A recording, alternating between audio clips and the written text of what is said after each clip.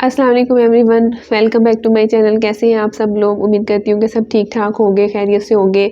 मुझे काफ़ी ज़्यादा क्वेश्चंस आ रहे हैं कि मेरा सी सेक्शन कब है। मैं ये वीडियो आज बना तो रही हूँ और कल मेरा सी सेक्शन है, लेकिन जब तक ये वीडियो अपलोड होगी तकरीबन 8 मार्च के राउंड अबाउट, तो उस टाइम तक मेरा सी सेक्शन हो चुका होगा, क्योंकि आज 22 फ़ेब है और 23 फ़ेब को जो है वो मेरा सी सेक्शन है। अगर आप लोग चाहते हो कि मैं अपनी जो है वो अपना एक्सपीरियंस सी सेक्शन का आप लोगों के साथ शेयर करूँ, तो आप लोगों ने मुझे कमेंट सेक्शन में बताना है। इसके अलावा जो है क्वेश्चन टेकन की वीडियो जो है वो भी इंशाल्लाह अपलोड होगी, लेकिन जैसे कि मेरा कल सी सेक्शन है तो उसकी वजह से मैं थोड़ा सा लेट अपलोड करूँगी। लेकिन आपने क्वेश्चंस करते रहना है। जितनी भी लेटेस्ट वीडियोज़ होंगी उनमें जितने भी क्वेश्चंस होंगे मैं उन सबको कवर करने की कोशिश करूँगी। अच्छा जी, तो आज हम बात करने वाले हैं कि हमल के दौरान जो है जब भी औरतें ज़्यादा काम करती हैं, ज़्यादा देर खड़ी रहती हैं या फिर ज़्यादा बोलती हैं, तो उस टाइम पे उन्हें सांस लेने में काफ़ी ज़्यादा मसला आता है। ऐसा क्यों होता है? क्या ये नॉर्मल है या नॉर्मल नहीं है? हमें ऐसे क्या करना चाहिए कि जिससे हमें ये प्रॉब्लम थोड़ा कम फेस करना पड़े? और इसके अलावा मैं आपको ये भी बताऊँगी कि क्या इसका बच्चे के ऊपर कोई इफ़ेक्ट होता है या नहीं होता, और किस टाइम पर आपने फ़ौरन डॉक्टर को विज़िट करना है अगर आपको कोई भी ऐसा प्रॉब्लम आ रहा है। उसके लिए आपने इस वीडियो को एंड तक देखना है, और अगर आपका फिर भी कोई क्वेश्चन होगा आप मुझे कमेंट सेक्शन में कर सकते हैं। चैनल को सब्सक्राइब कर दीजिएगा, और वीडियो अगर एंड पे अच्छी लगेगी तो इसे लाइक भी कर दीजिएगा। तो अब वीडियो स्टार्ट करते हैं।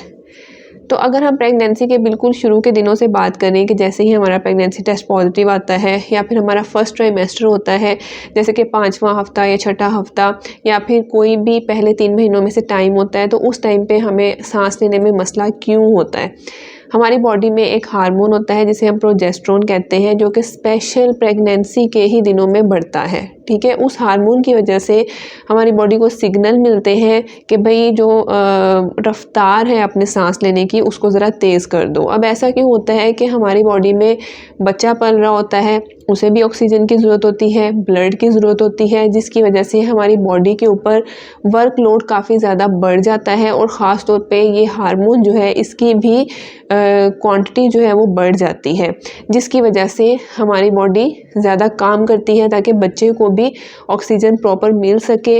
जितना भी हम जल्दी और तेज़ी से सांस लेते हैं तो वो हमारी सिर्फ इसीलिए एक रिक्वायरमेंट होती है कि बच्चे तक जो है वो ऑक्सीजन प्रॉपरली पहुंच सके, ब्लड अच्छे तरीके से पहुंच सके, तो इसलिए हमारे सांस लेने की रफ्तार काफ़ी ज़्यादा बढ़ जाती है, जो कि एक नॉर्मल प्रोसेस है।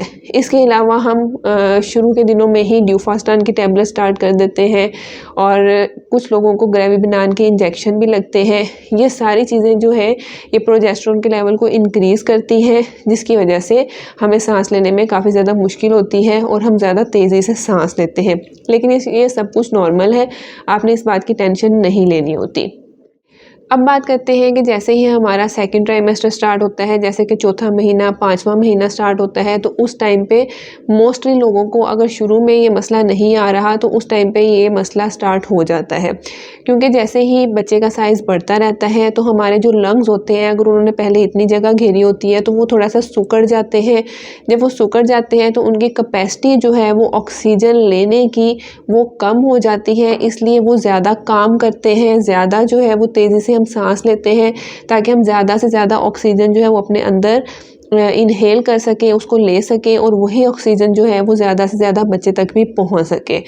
तो वो जो स्पेस एक लंग्स की थोड़ी कम हो जाती है सिकुड़ने की वजह से, उसकी भी वजह से हमें सांस लेने में काफ़ी ज़्यादा इशू आता है, और यही एक रीज़न बनती है जब हमारा थर्ड ट्राइमेस्टर 7वां 8वां या 9वां महीना होता है, उस टाइम पे तो बच्चे का साइज़ काफ़ी ज़्यादा बड़ा होता है, क्योंकि वही 3 महीने होते हैं जब बच्चे का साइज़ काफ़ी तेज़ी से बढ़ता है। तो उस टाइम पे भी हमें सांस लेने में मसला बच्चे के साइज़ की वजह से ही आता है। अब आपने किन बातों का ख्याल रखना है? आपने पूरी प्रेगनेंसी में अपने HB लेवल को मेंटेन रखना है। आपने इस चीज़ का ख्याल रखना है कि आपको अनीमिया का मसला, मतलब कि खून की कमी का मसला नहीं होना चाहिए, क्योंकि जब आप में खून की कमी होती है तो उस टाइम पे भी आपको सांस लेने में काफ़ी ज़्यादा इशू आता है, क्योंकि बच्चे तक जो है वो प्रॉपरली जो है वो ब्लड सप्लाई नहीं हो पाती है,